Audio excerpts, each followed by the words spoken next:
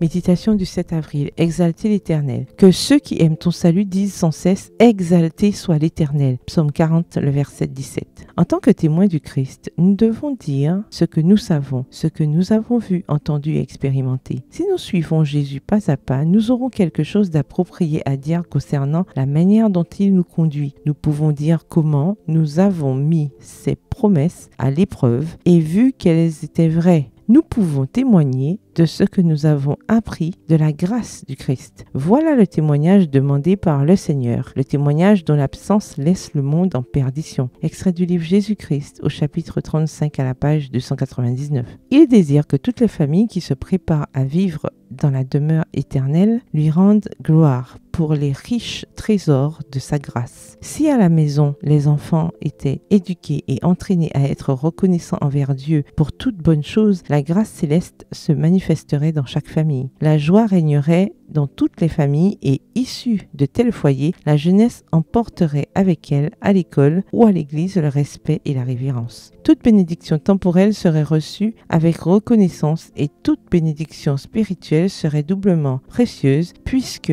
la perception de chaque membre serait sanctifié par la parole de vérité. Le Seigneur Jésus est tout près de ceux qui savent apprécier ses dons gracieux, attribuant toutes choses à la bienveillance, à l'amour et au bon soin de Dieu, et de ceux qui reconnaissent qu'il est la grande source de tout réconfort et de toute consolation, inépuisable source de grâce. Extrait du livre Fils et filles de Dieu, la lecture du 25 avril à la page 124. Le vrai chrétien placera Dieu dans sa vie avant et après toute chose et lui accordera la meilleure place. Nul mobile ambitieux ne doit refroidir son amour pour lui. Il fera rejaillir tous les honneurs sur son Père céleste. C'est lorsque nous glorifions fidèlement le nom de Dieu et que nos sentiments sont placés sous le contrôle céleste que nous pouvons développer nos facultés intellectuelles et spirituelles. Jésus, le divin maître, exaltait toujours le nom de son Père céleste. Il enseignait à ses disciples à prier ainsi: Notre Père qui est aux cieux, que ton nom soit sanctifié. Matthieu 6, verset 9.